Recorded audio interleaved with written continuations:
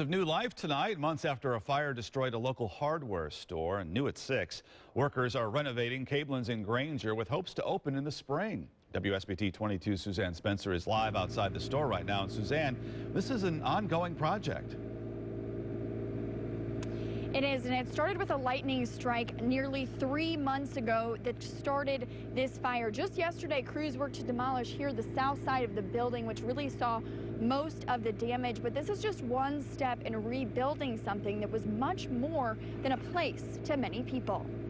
The light is coming back on at Kabelin's Hardware. This whole thing has to come down and get completely rebuilt.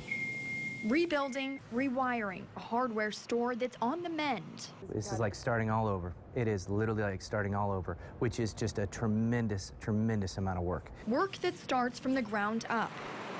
In August, lightning struck a metal beam on the front of the building, sparking a fire in the office space within that building. Now that smoke and fire damage is evident. A gutted interior, all the inventory, a loss. It's really hard to run a small business with all the different things that you need to do. When you put on top of it a project like this, a complete rebuild, that's what makes it the most tough. What can we help you find? A hacksaw. It's also tough for longtime workers like Doug Christine. Kind of like a 24 tooth. There we go.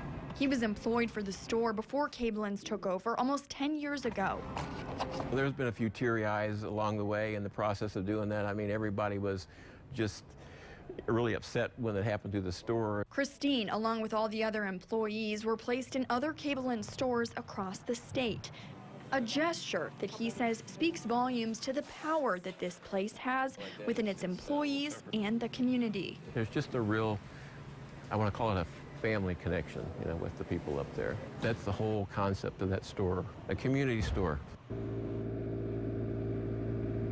Management tells me work will continue on the store through much of the winter, but they do hope to open sometime in March, whether that's mid or late March. Time will only tell. They also told me that all of this damage was worth hundreds of thousands of dollars. We're live in Granger tonight. Suzanne Spencer, WSBT 22 News.